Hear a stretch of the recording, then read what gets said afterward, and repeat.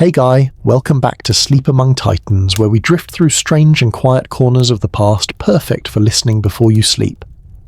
As we travel back in time together, it's a quiet comfort to know that we're all listening from different corners of our own world. If you feel so inclined, you can leave a quiet comment letting us know where you're drifting off from tonight. It's a nice way to feel connected. Tonight we're visiting Victorian England, and we're talking about dating, or rather courtship, and let's be honest, from our modern view it absolutely sucked.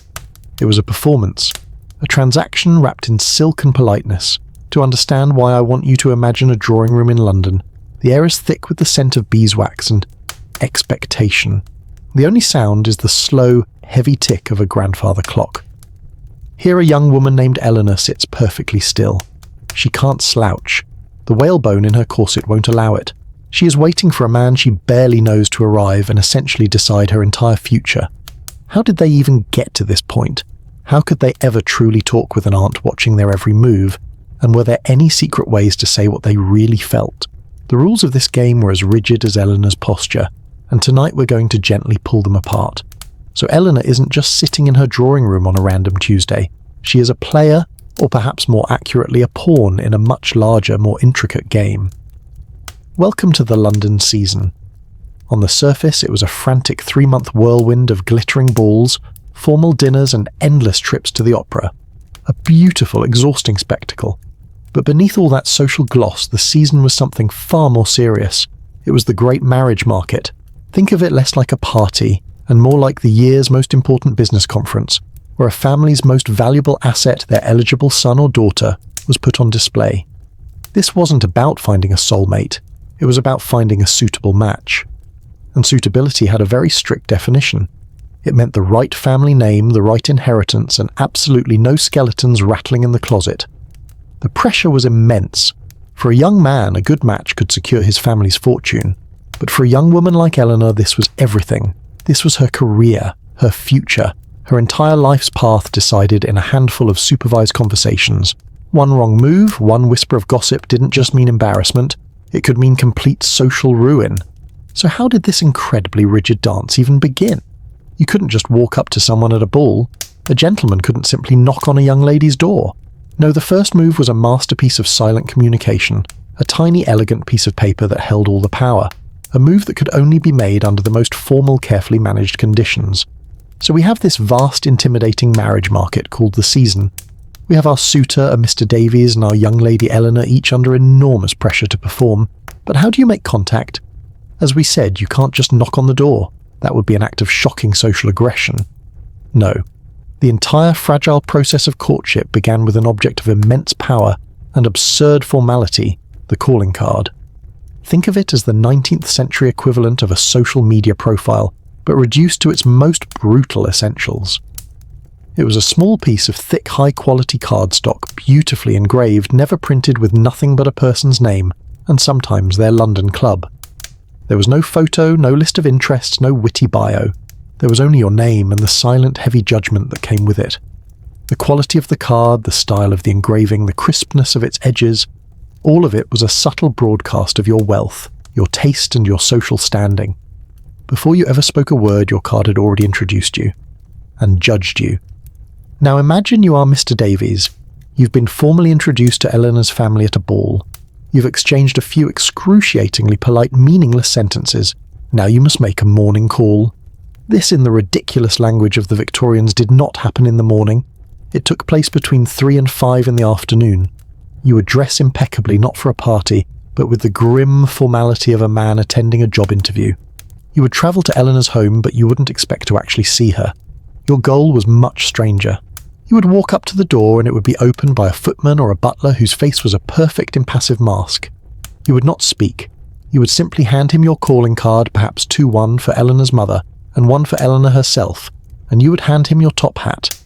The servant would place your card upon a silver tray. This tray was the altar of this strange ritual. He would stand there waiting. You would stand there waiting. If he handed you back your hat, it was a polite but firm dismissal. The family was not at home, even if you could hear them through the walls. Your journey ended right there on the doorstep. But if he took your hat and your card, inside a new and more agonizing wait began. Now imagine you are Eleanor sitting with your mother in the upstairs drawing room. You hear the door, You wait. There's a soft knock and the butler enters holding that silver tray with that small white rectangle on it. This is the moment of truth. Your mother takes the card. The silence in the room is heavy enough to feel. She reads the name. Mr. Davies. Is the family a good one? Is their fortune secure? Does his club have a respectable reputation? You might crane your neck to see the card, to feel its weight, to judge the elegance of the script. This tiny object is a proxy for the man himself. It is his ambassador, and it is on trial. Your mother's subtle frown or faint nod could determine the entire course of your life. This wasn't about chemistry or connection. It was about credentials on cardboard. And the system had yet another layer of baffling complexity. A gentleman could leave a message without ever seeing a soul, simply by folding a corner of the card. A folded top right corner meant it was a visit of congratulations. The top left meant it was a visit of condolence. Folding the entire right side of the card meant the visit was for the entire family, not just an individual. It was a secret, silent code, a way to perform the duties of social life with cold, remote efficiency. Let's say Mr. Davies's card passes inspection. Her mother nods. The card is not thrown away. It is placed with quiet intention into a special porcelain or silver case on a table in the main drawing room. This is a public signal to any other visitors this man is an approved caller. His suit is being considered, but it's still not over. The ball is now in Eleanor's court, or rather her mother's. Within a week she must return the call. This meant her own footman would be dispatched to Mr. Davies's address to leave her family's calling cards, signalling that his visit was welcome and that a face-to-face meeting would be permitted. Only after this silent paper-based negotiation was complete, only after cards had been exchanged like diplomatic envoys between two wary nations, could Mr. Davies call again. And this time he might actually be invited inside. But what would that first real meeting be like? Would they finally have a chance to talk, to learn about each other, to see if there was any spark of life behind the suffocating formality? Well, not exactly. Because even when you were finally in the same room, you were never ever truly alone. The calling cards have been successfully exchanged. A silent paper-based treaty has been signed. And so Mr. Davies is now permitted to call upon Eleanor in person. This is it. The moment where two people can finally begin to discover one another, to search for that spark of compatibility that might sustain a lifelong partnership. At least that's the theory. The reality, as always in Victorian courtship, was far more crowded. Imagine Mr. Davies is shown into the same drawing room we pictured earlier, but this time Eleanor is there. She rises politely as he enters. He bows. She curtsies. The air is electric with a kind of nervous, formal energy. They are seated not on a cosy sofa, but on two separate rigidly upright chairs placed at a proper distance. A distance that is both respectable and hopelessly unromantic. And between them, or perhaps slightly off to the side, sits the most critical piece of social technology the Victorians ever invented, the chaperone. This could be a widowed aunt, a paid companion, or an unmarried older sister. In our scene, let's call her Aunt Beatrice. An Aunt Beatrice armed with nothing more than a ball of yarn and a pair of knitting needles that seem to double as surveillance antennas is the undisputed ruler of this room. Her official purpose is to protect Eleanor's virtue. Her practical effect is to make any form of genuine human connection utterly impossible. She is the human firewall, the guardian of propriety, and the silent, ever-present third wheel on this tricycle of a date. She might pretend to be absorbed in her knitting. She might gaze placidly out the window, but make no mistake, her attention is absolute. Every word spoken, every gesture made is recorded and analysed. A voice raised in too much excitement, a glance held for a fraction of a second too long, a chair scooted an inch too close. None of it escapes her notice. She's a silent monument to the era's greatest fear scandal. And this fear was not an exaggeration. A young woman's reputation was her entire currency in the marriage market. It was a fragile, priceless object. A single, verified report of her being alone with a man to whom she was not engaged could shatter it instantly and irreparably. She would be seen as compromised, fast, or ruined. The invitations to the great houses would stop. Her prospects would vanish.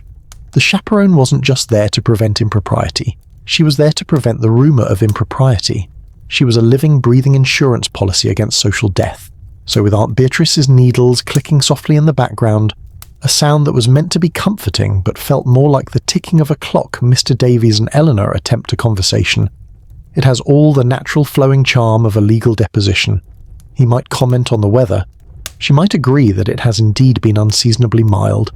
She might ask if he attended a recent concert by the Philharmonic. He would say that he did, and that the performance of Mendelssohn was in his opinion quite spirited.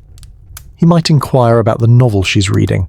She would mention its title and perhaps offer a brief pre-approved opinion on its moral fortitude. Their words are like little paper boats launched carefully across the sea of silence that separates them. There are no personal questions, no probing inquiries about hopes or dreams or fears. He cannot ask her what she truly thinks of the world. She cannot ask him what he is passionate about. To do so would be considered deeply intrusive, overly familiar, and would earn a sharp, meaningful cough from the direction of the knitting. They are not talking to each other. They are performing for their audience of one. They are two actors on a stage reciting lines from a very, very dull play. This wasn't just for visits at home. The chaperone was portable. If Mr. Davies wished to take Eleanor for a walk in the park, Aunt Beatrice would trail a few paces behind them, a constant looming presence. If he invited her to view an exhibition at the Royal Academy, Aunt Beatrice would be there commenting loudly on the quality of the landscapes. Even in a crowded theatre, the chaperone sat in the box with them, a physical barrier ensuring that no whispered secrets could be exchanged in the dark. It was the illusion of a date with all the soul-crushing reality of a supervised visit. Now, imagine the psychological effect of this. Imagine trying to build the foundation of a marriage, a partnership meant to last 50 years, on a series of these sterile monitored interactions. You never get to see the real person. You never get to witness them relaxed or unguarded or genuinely passionate. You only ever see their public face, their perfect performance. The courtship process wasn't designed to reveal a person's character. It was designed to hide it, to smooth over any rough edges, and present a flawless, socially acceptable product. And so, as Mr. Davies prepares to take his leave after his allotted 20 minutes, he and Eleanor know no more about each other than they did when he arrived. They only know that they have both successfully passed another social test. But this leaves us with a quiet, lingering question. If they couldn't talk about anything real, what filled the silence? What were the safe, approved scripts that these two near strangers were forced to perform for their ever-present audience? So let us return to that quiet London drawing room. We have Eleanor, our young lady, stitched into her perfect posture. We have Mr. Davies, our suitor, sitting at a carefully calculated distance. And we have Aunt Beatrice, the human surveillance system, pretending to be absorbed in her knitting. The stage is set. A conversation must now occur. But what could they possibly talk about? We've established that anything personal, political, or remotely controversial is off the table. The entire landscape of genuine human connection is a minefield. So what's left? What fills the 20, 30, or even 60 minutes of a formal call? Welcome to the Victorian art of saying nothing. It was a highly developed skill of verbal performance that required immense discipline and a shared understanding of a very specific, very limited script. Let's break down the approved topics. First, and most reliably, there was the weather. It might sound like a cliché, but in the Victorian drawing room, the weather was not just small talk. It was a foundational pillar of social interaction. It was the conversational equivalent of a fainting couch, a safe, neutral place to land when any other topic felt too dangerous. They could discuss the morning's fog with a kind of poetic gravity.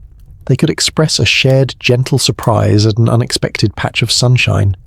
They could lament the persistent drizzle with a sense of communal endurance. The weather was the perfect subject because it affected everyone, belonged to no one, and revealed absolutely nothing about your soul. It was a shared external reality that required no personal investment whatsoever.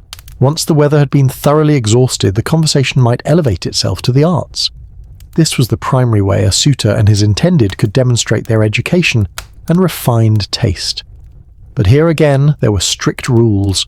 A gentleman like Mr. Davies might bring up a book, almost certainly a novel by Sir Walter Scott, or perhaps Mr. Dickens, but never a controversial French novel. Eleanor would be expected to have read it, and to offer a gentle, morally sound opinion.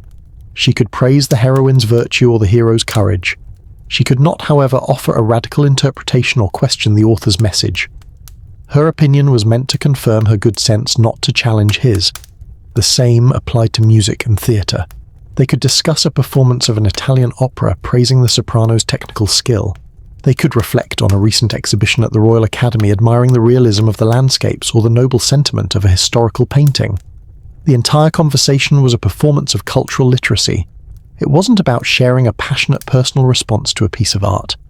It was about confirming that you both belonged to a class of people who consumed the right kind of culture in the right way. It was a verbal checklist of shared acceptable tastes. And then there was the delicate dance of discussing social events. They could talk about Lady Ashworth's recent ball, but only in the most general terms. They could praise the floral arrangements or the quality of the orchestra. They could mention in passing who else was there reinforcing their shared social circle. What they could not do was gossip. They could not say that Lord Brampton drank too much champagne or that Miss Fairchild's dress was shockingly immodest. The conversation had to remain on the glittering, polished surface of society, never dipping into the messy, interesting reality beneath. This art of saying nothing was defined, of course, by the vast ocean of things left unsaid. Money was the great unspoken truth, the engine driving this entire machine, yet it was considered the height of vulgarity to mention it. Deeply held political or religious beliefs were locked away, too dangerous and divisive to bring into the open. And most importantly, the inner life, the landscape of personal hopes, private fears and past experiences was a forbidden territory. Mr. Davies could never ask Eleanor what kept her awake at night. Eleanor could never ask Mr. Davies if he was truly happy. For a woman like Eleanor, the performance was even more demanding. She was expected to be an active participant, but a passive one. She had to be knowledgeable, but never appear more knowledgeable than the man. She had to have opinions, but they had to be agreeable. Her role was to be a mirror reflecting the man's own good taste back at him, to listen with rapt attention, and to be a charming, intelligent, but ultimately unthreatening conversational partner. It was an exhausting, impossible balancing act. So imagine the cumulative effect of these conversations. Weeks, sometimes months of meetings filled with the weather, literary platitudes and social pleasantries. You are building a lifelong commitment on a foundation of fog and opera reviews. You are marrying a carefully edited summary of a person, not the person themselves. And this leaves us with a rather important question. As we watch Mr. Davies go through this soul-crushingly dull ritual day after day, we have to wonder, why? If the conversation is this empty, if the connection is so artificial, what is truly motivating him to be here? It clearly isn't the sparkling wit or profound emotional discovery. There must be another more powerful force at play, a different kind of pressure that makes this entire performance worth his while. So why does he do it? Why does young man like Mr. Davies put on his best suit, navigate the minefield of calling cards and sit through hours of conversation about the weather, all for a few supervised moments with a woman he barely knows? The easy answer is to see him as the hunter and Eleanor as the hunted. But the truth, like the era itself, is far more complex. Mr. Davies is not just a participant in this system, he's also its product and in many ways its prisoner. We speak of the pressures on young women, but a Victorian gentleman carried a burden of his own. It was a burden of legacy, of finance, and of relentless crushing responsibility. While Eleanor's future depended on making a good match, Mr. Davies's family's future often depended on him doing exactly the same. He wasn't just choosing a wife, he was choosing a future for his name, his estate, and the generations that would follow him. Personal happiness was a wonderful bonus, but it was rarely the primary objective.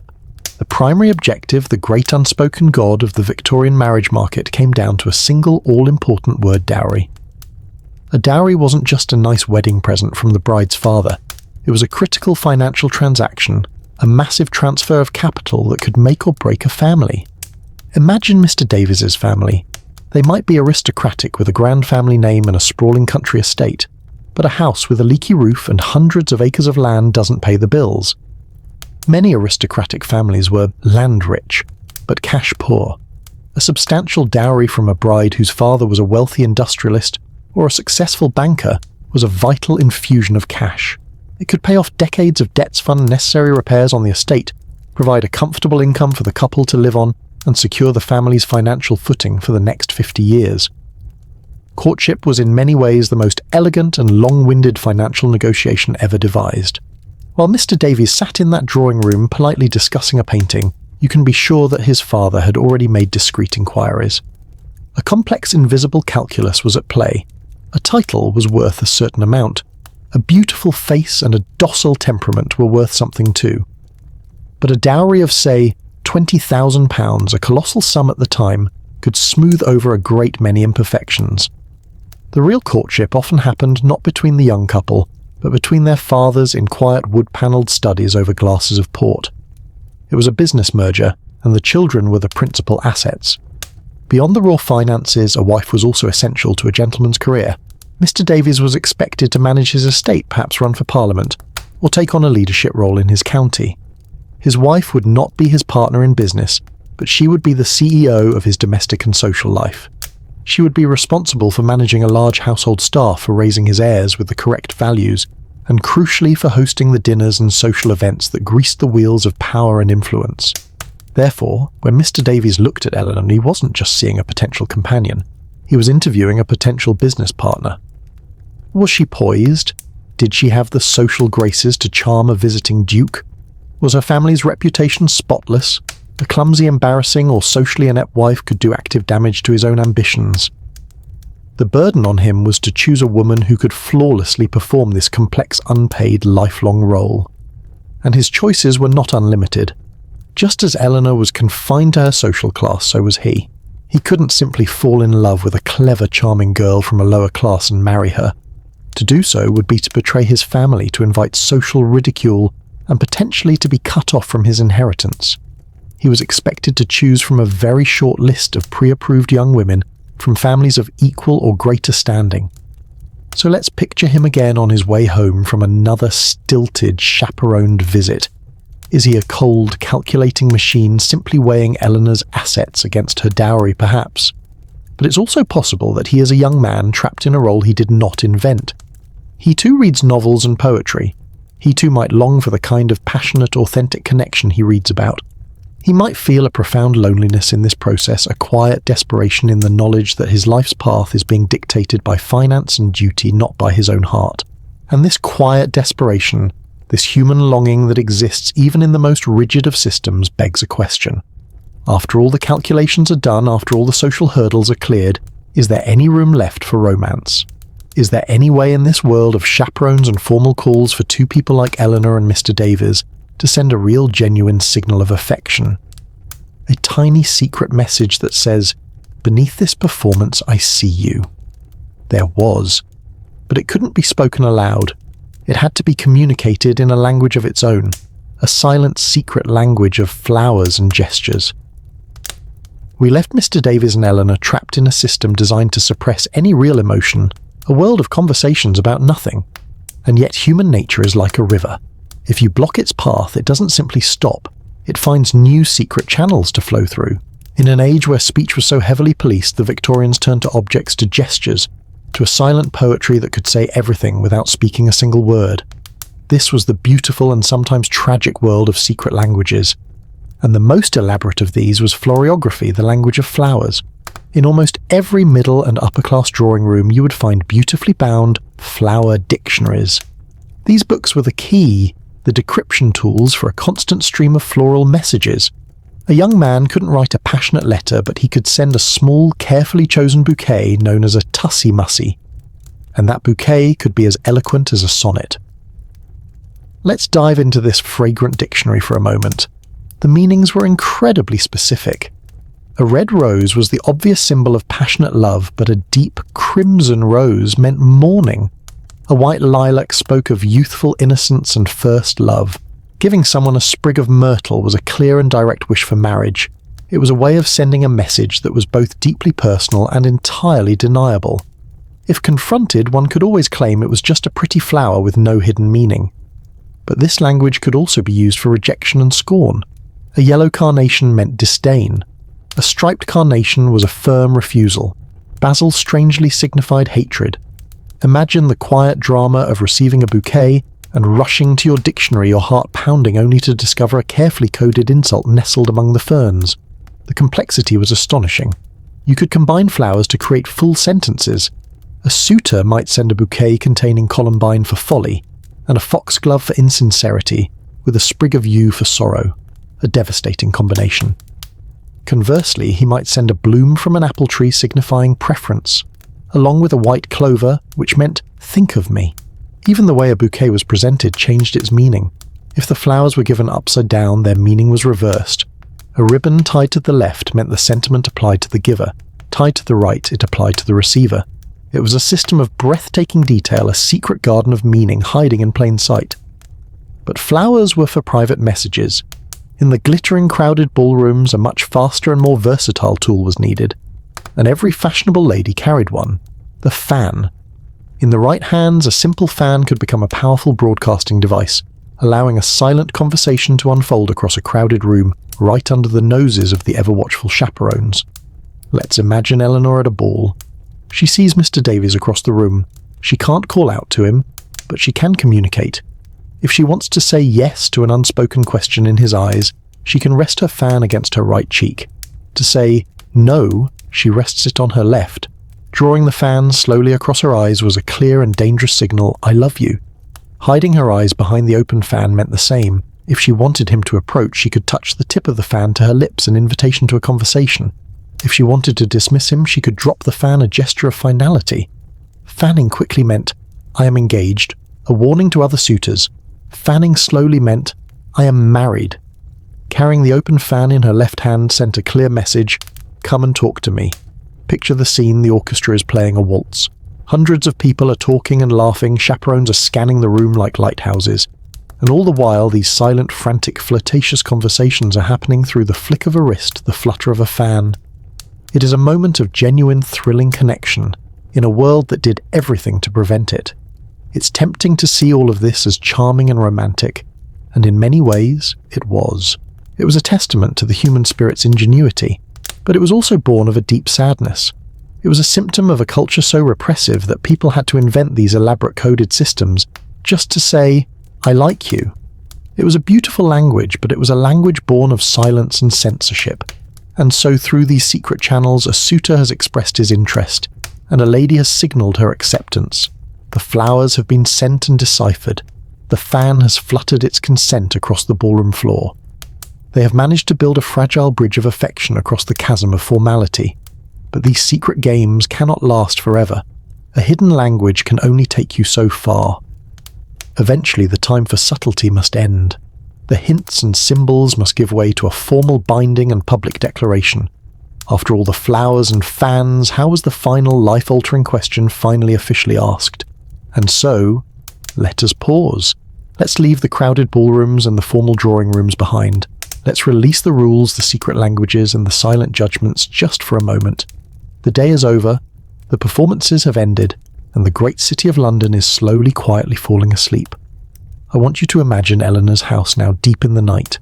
The family is in bed, the servants have retired to their quarters, and the house itself begins to breathe. If you listen, you can hear its heartbeat. It is the slow, steady, heavy tick, tock, of the grandfather clock in the hall, measuring out the seconds of the dark. It is the only thing that seems to move with any purpose. A lone servant makes one final round, turning down the gas lamps. There is a soft hiss as the flame on the wall shrinks to a tiny blue bead, plunging the hallway into a deeper shade of grey. The moonlight, now unfiltered by the busy day, pours through the tall windows, casting long skeletal shadows across the floor. The furniture, draped in white dustcloths, looks like a family of sleeping ghosts. Listen again. In the drawing room, the fire has died. All that is left is the faintest orange glow from the embers, and every so often you can hear the soft, papery whisper of cooling ash settling in the grate. The house groans as old houses do. A floorboard upstairs gives a low, mournful creak as the wood cools and contracts.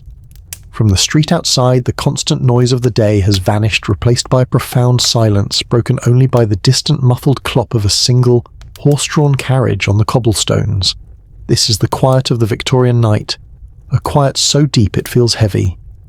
And in this silence in her bed upstairs, Eleanor is awake. She hears the clock. She hears the house settling around her. In the stillness of the night, when there are no more fans to flutter or flowers to decipher, the true weight of the future settles in. A future that all of this performance has been leading towards. It has to distill itself now into a single formal moment, the moment of a proposal. The night with its quiet anxieties has passed. A new day has dawned in London, grey and purposeful. And for Eleanor and Mr. Davies, this is the day the game ends. All the calling cards, the chaperoned walks, the stilted conversations, and the secret messages sent by flower and fan have led to this. This is the day of the proposal. Now, if your imagination is currently picturing a young man on one knee, his heart in his eyes pouring out a passionate declaration of love in a sun-dappled garden. You can gently set that image aside. That was the stuff of novels, or perhaps the behaviour of the more theatrical classes. The Victorian upper-class proposal was first and foremost a business transaction, and the most important part of that transaction didn't involve the bride at all. It began with a formal request from Mr. Davies for a private interview with Eleanor's father. Picture the scene. It is not the light feminine space of the drawing room. This is the father's study, a room of dark wood, leather-bound books, and the faint lingering scent of cigar smoke. It is the household's centre of gravity and finance. Mr. Davies, impeccably dressed, sits opposite Eleanor's father. There is no small talk about the weather here. This is an audit. This is the real proposal. Mr. Davies must state his intentions, but more than that, he must present his case. He would be expected to lay out in candid detail his complete financial situation, his income from his estate, his investments, his prospects for inheritance, and crucially, his debts. In return, Eleanor's father would question him, probing for any sign of instability or irresponsibility. Then the negotiation would begin. The father would state the amount of the dowry he was prepared to give, and in turn they would negotiate the marriage settlement, the portion of the man's wealth that would be legally set aside for his wife's use to ensure she wouldn't be left destitute if he died or went bankrupt. It was a meeting of two CEOs discussing a merger. It was a petitioner appearing before a loan committee. It was the cold, hard foundation upon which the entire romantic edifice was supposed to be built. Only after the two men have come to a satisfactory arrangement, only after the financial treaty has been signed and sealed, is the bride-to-be officially notified that her future has been decided. Eleanor is summoned to the drawing room. She knows, of course, what this means. Her heart might be fluttering, but it's a flutter of anxiety and finality, not necessarily of joy. Mr. Davies is waiting for her. He stands as she enters. He is not on one knee. He looks serious, formal, perhaps even as nervous as she is. Aunt Beatrice might still be in the room, a distant but necessary witness, knitting silently in a far corner to make the whole proceeding proper. He does not tell her he cannot live without her. He does not speak of her beauty or her wit. He delivers a short, formal, and likely rehearsed speech. He might say something like, "Miss Eleanor, you must be aware of the great esteem in which I hold you. I've received your father's permission to address you, and I have come today to ask if you will do me the great honour of accepting my name and my protection by becoming my wife." The language is one of duty, honour, and protection. It is the language of a contract, and her reply is equally constrained. There is no gasp, no tearful cry of "yes." She would look at him, perhaps dip her head in a small, graceful gesture and give a quiet, simple, "Yes, Mr. Davies, I will." A handshake was unlikely, and an embrace was absolutely out of the question. It was a dignified, formal acceptance of a previously arranged agreement, and then it is over. The great hunt of the marriage market has concluded. She has succeeded. Her family is pleased. Her future is secure. And in that moment, what does she feel? Relief, certainly. A heavy weight has been lifted. The exhausting performance is finally at an end. But beneath the relief, there is often a profound and hollow sense of anticlimax. This moment, the one that poetry and dreams have built into the great peak of a young woman's life, has been a passionless, pre-approved exchange. It is the quiet, disappointing realization that the fantasy of romance has dissolved into the stark reality of a respectable arrangement. She has won the game, but now she must live with the prize. We have now witnessed a successful courtship brought to its logical, socially approved conclusion. It is safe, it is orderly, it is proper, but it makes you wonder, why was this sterile, unromantic process so fiercely, so desperately defended? Why was this considered the only acceptable path? It's because the system wasn't just built to create matches, it was built to prevent something else. It was a fortress designed to keep out a terrifying spectre that haunted every respectable family, the ghost of scandal. A fortress. That is what the Victorian system of courtship was. A great elaborate fortress of rules and rituals designed not just to facilitate marriage, but to defend against a single terrifying enemy. An enemy that didn't arrive with drums and banners, but crept in through whispers, glances, and closed doors. That enemy was scandal, and its victory didn't result in a physical death, but a social one. A death so complete it could erase a person from the world of the living. To understand the power of this fear, let me tell you a quiet story. A story about a young woman we shall call Miss Amelia. Amelia was a contemporary of Eleanor's. She was bright, perhaps a little more impulsive, with a laugh that was a touch too ready, and a curiosity about the world that was a little too sharp. In another time she would have been seen as charming. In Victorian England she was seen as a risk. Her crime, when it happened, was pathetically small. It wasn't some grand passionate affair. It was a series of small, foolish indiscretions. A young man, a lieutenant with more charm than sense, began sending her letters. Not to her father, but directly to her, passed through a sympathetic housemaid. She wrote back. They were not scandalous letters filled with declarations of love, but they were personal, and they were secret. Then one afternoon, driven by a youthful impatience, they arranged to meet unchaperoned for just 10 minutes at the back of a public park. Nothing happened in those 10 minutes. They exchanged a few flustered, heartfelt words, but it was enough. They were seen, and that is how it begins. Not with a shout, but with a whisper. Imagine two ladies at tea. One of them, a distant cousin of the lieutenant, mentions in a hushed tone that she saw Amelia looking a little too familiar with him.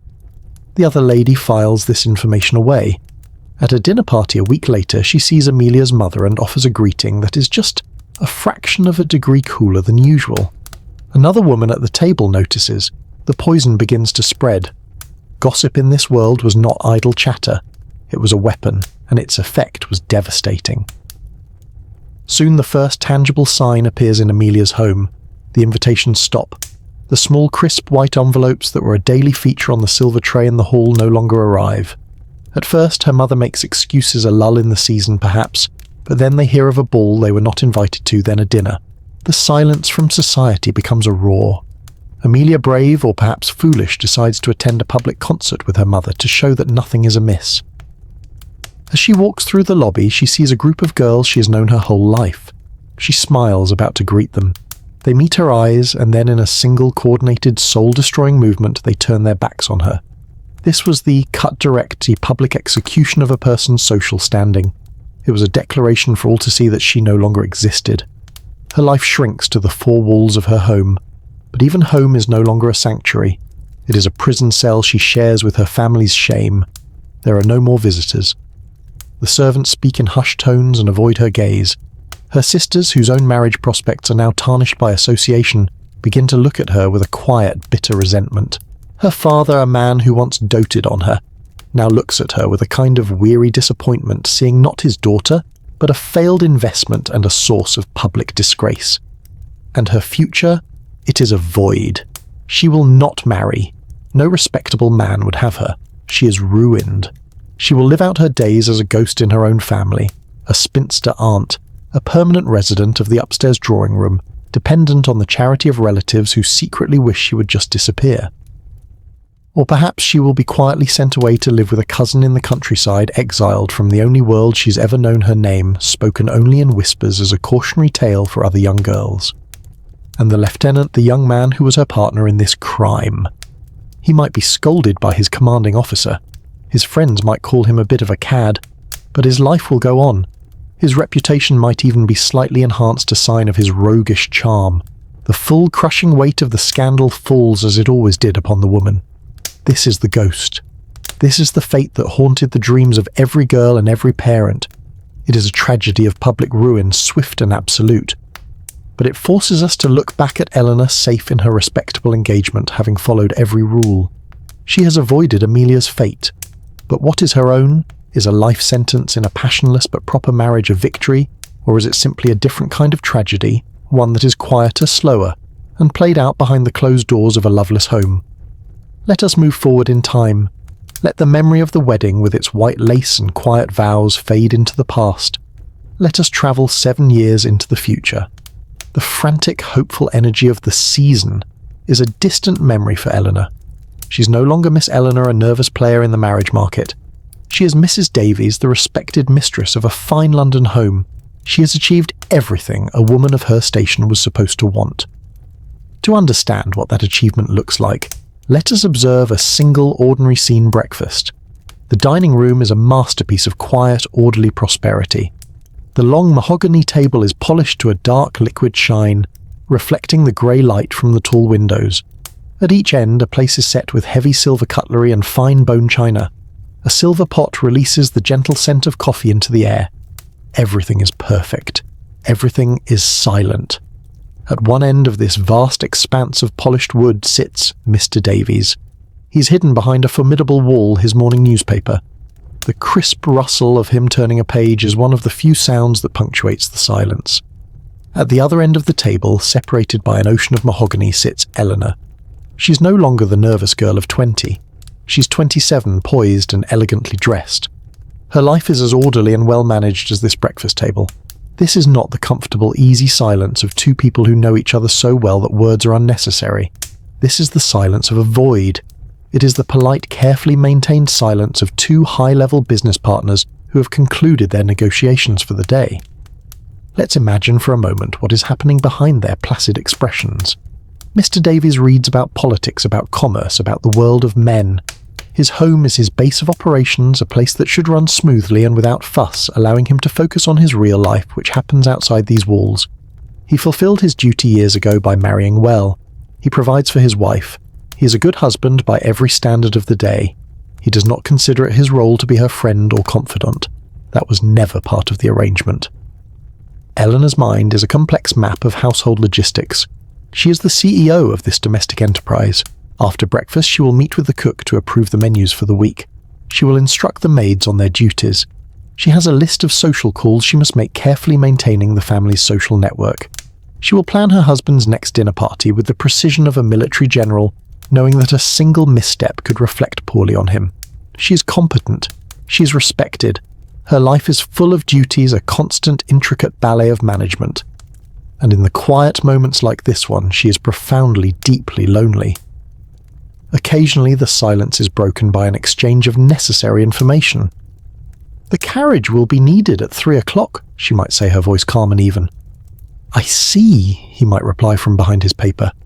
"I have a meeting at the club this evening. I expect I will be late for dinner." "Very well." A moment passes. The only sound is the quiet clink of a spoon against a cup. This is the prize. This is the victory. For following every rule, for suppressing every impulse, for successfully navigating the treacherous waters of courtship, Eleanor has won a lifetime of this. A lifetime of quiet, comfortable, and respectable emptiness. She has avoided the swift public death of a scandal like Amelia's, and has instead been rewarded with a slow private starvation of the soul. It is a tragedy not of drama, but of routine. It is the slow erosion of the human spirit by a daily tide of politeness and emotional distance. The home is not a sanctuary of love. It is a perfectly managed institution. And the marriage is not a partnership of souls. It is a contract of social duty impeccably honoured by both parties. They are not unhappy in a loud or dramatic way. They are simply not happy. They exist side by side in their beautiful gilded cage. Looking at this scene, this quiet, desperate success, it forces a question. We have seen the story of Amelia, the girl who broke the rules and was cast into social darkness. We have now seen the story of Eleanor, the woman who followed the rules and was delivered to this quiet void. Were these truly the only two paths available? Was the choice for a woman of her class really just between a quick public ruin and a slow private suffocation? Was there no third option? What happened to the women who, by choice or by chance, simply didn't marry at all? So we are left with a grim comparison. Amelia's swift social death and Eleanor's long, quiet life of gilded emptiness. It begs the question we asked at the end of our last segment, was there truly no other choice? Was there a third path? The answer is yes. A woman could remain unmarried. But in the social landscape of Victorian England, this was not seen as a valid life choice. It was seen as a failure. A woman who did not marry was not a bachelorette or independent. She was a spinster, an old maid, old. And these were not neutral descriptors. They were diagnoses of a life gone wrong whispered with a mixture of pity and contempt. For the vast majority of unmarried women from respectable families, their fate was to become a dependent. Let us imagine Eleanor had a sister Lydia who never received a suitable proposal. Lydia would not get her own charming cottage. She would become a permanent resident in the home of a more fortunate relative perhaps, in Eleanor's own silent, perfectly managed house. She would become the maiden aunt. Her life would be one of quiet, unpaid servitude. She would exist in a state of perpetual gratitude, always needing to earn her keep. She would help with the mending. She would write letters for her sister. She would be expected to amuse the children and later to act as their chaperone, thus perpetuating the very system that had defined her own failure.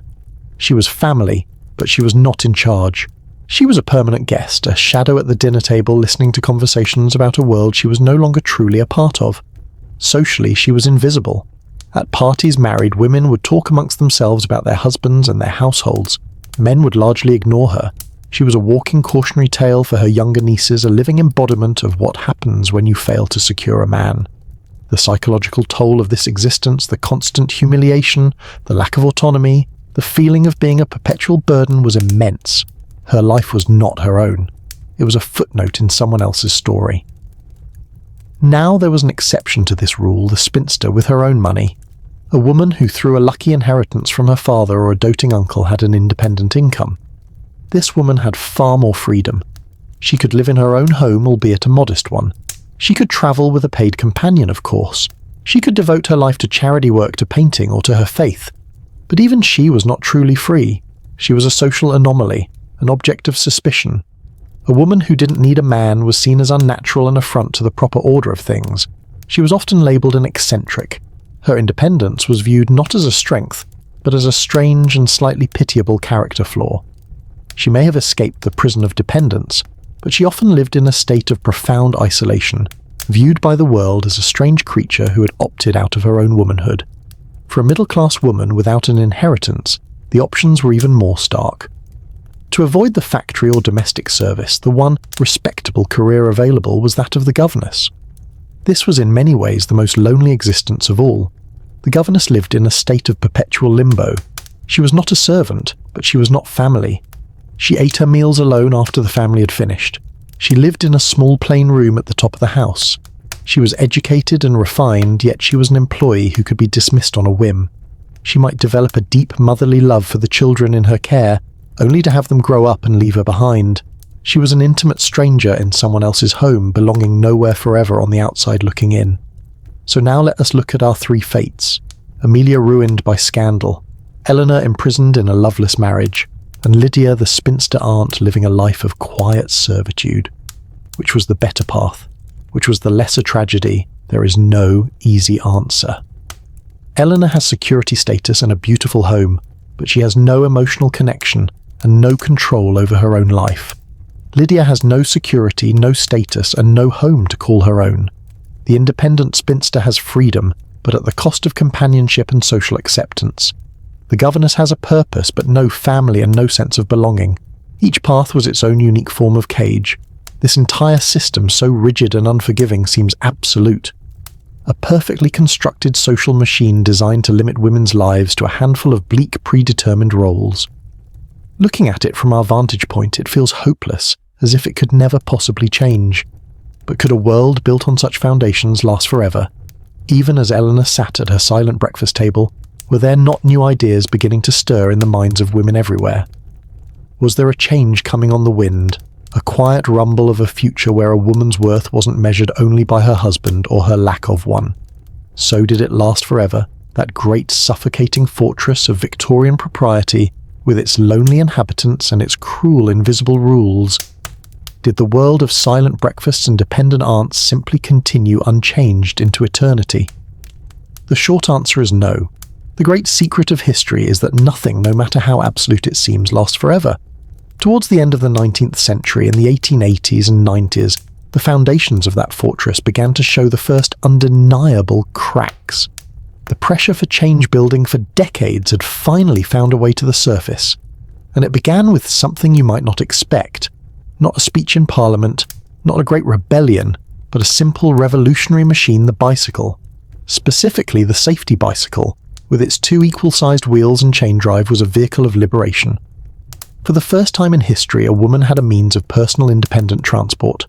She didn't need a carriage, a driver, or a chaperone. She could simply get on her bicycle and go. She could visit a friend, travel to the next town, or simply feel the wind in her hair. It was a taste of autonomy that was utterly new and intoxicating. This new freedom, of course, required new clothes. It is impossible to ride a bicycle while encased in a massive skirt and a corset that restricts your breathing. And so the bicycle helped to popularize rational dress, more practical outfits like shorter skirts, or even the controversial bloomers, which were baggy trouser-like garments. This was not just a fashion statement. It was a physical rebellion against the cage of restrictive clothing that had defined womanhood for generations. Naturally, the establishment was horrified. Doctors and moralists wrote furious articles claiming that cycling was unladylike, that it would damage a woman's delicate reproductive organs, and that the freedom it offered would inevitably lead to moral decay. The fact that this simple machine caused such panic tells you everything you need to know about how threatening a woman's freedom was to the old world order. At the same time, another quieter revolution was happening. This one was a battle for the mind. For centuries, higher education had been the exclusive domain of men.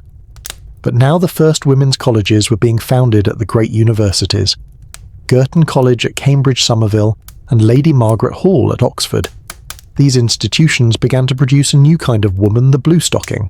She was a woman who had read Plato, who could debate philosophy, who understood science. She was, of course, ridiculed in the press. Satirical cartoons depicted her as a plain, frumpy, socially awkward creature who was sacrificing her femininity for a useless education. She was told that no man would want to marry such an intimidatingly clever woman. But these women, and the thousands who followed them, had seen a world beyond the drawing room. They had experienced the life of the mind, and they were no longer content with a future defined solely by finding a husband. They began to imagine other possibilities for their lives, and from these two movements, one of physical freedom, the other of intellectual freedom, a new figure emerged onto the public stage. She was called the New Woman. The New Woman was a creature of the 1890s. She was educated, independent, and often unmarried by choice. She might smoke a cigarette in public. She might work for a living in one of the new professions open to women like typing, journalism, or teaching. She believed she had a right to her own life, her own thoughts, and her own ambitions. She was the absolute opposite of the quiet, submissive, domestic angel in the house that the early Victorian era had held up as the ideal. She was, in short, everything that society had told women they should not be. Now we must be careful not to overstate the case. This was not an overnight transformation. While the New Woman was making headlines in London, millions of other women across the country were still living lives very much like Eleanor's. The old ways died hard, and the struggle for true equality would take many more decades. The fortress did not collapse all at once, but the cracks were there. The siege had begun. The ideas of freedom and self-determination, once unthinkable, were now in the air, being discussed, debated, and by a brave few being lived. And so the world of Eleanor and Amelia, of calling cards and chaperones, began its slow, inevitable fade into history. The story we have told tonight is of a very specific cage built in a very specific time, but looking back at it from the quiet of our own world, we can see not just the bars but the incredible resilience of those who lived within it, the quiet dignity of those who endured it, and the brave spirit of those who first began to push the walls apart. It is a story that is now finally ready to be put to rest, and so we leave them there. We leave them in their world of silk and shadow, of rigid rules and silent rebellions, a world that can seem so distant and yet so deeply human in its hopes and its heartbreaks. We have seen a society that looked like a gilded cage, beautiful from the outside with its glittering balls, its elegant manners, and its polished silver. But from within, the bars were cold and hard. The gleam of a silver tray held not just a calling card, but the weight of a life's decision. The rustle of a silk dress was the sound of a uniform worn for a lifelong performance. The constant, steady ticking of a grandfather clock measured not just the hours, but the slow, quiet passing of a life spent waiting for a connection that might never come. We saw Eleanor, who won the game only to be rewarded with a lifetime of polite, silent breakfasts. We saw Amelia, who broke the rules and was erased from the world as punishment. We saw Lydia, the spinster aunt, who simply faded into the background of someone else's life.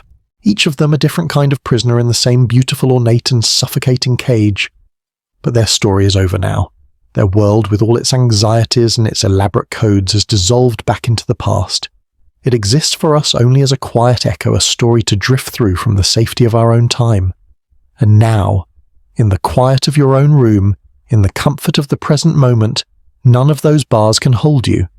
There is no corset constricting your breath, only the soft weight of your blanket.